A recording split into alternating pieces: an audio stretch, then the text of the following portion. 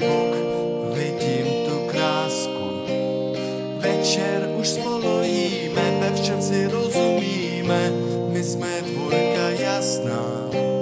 Snažím se ze všech sil, abych pro ní tu byl a byla by šťastná. Najednou na mě vytáhne friendzone.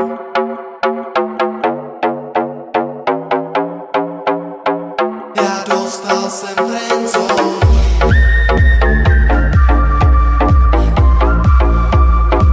Já dostal jsem friendzone.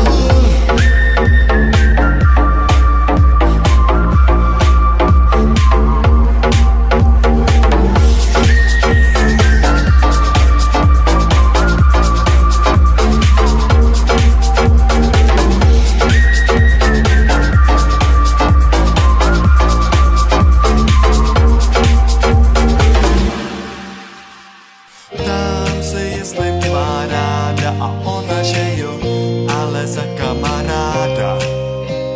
A já, jestli o něco víc a ona, že nic, že víc by se bála. Tak jsem ji za ruku vzal, i když trochu se bál, jak tohle dopadne.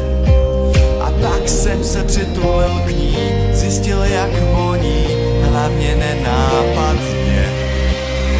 Ona zase vytáhla friendzone.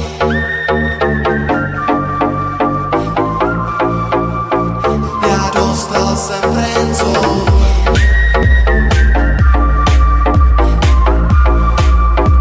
Já dostal jsem friendzone.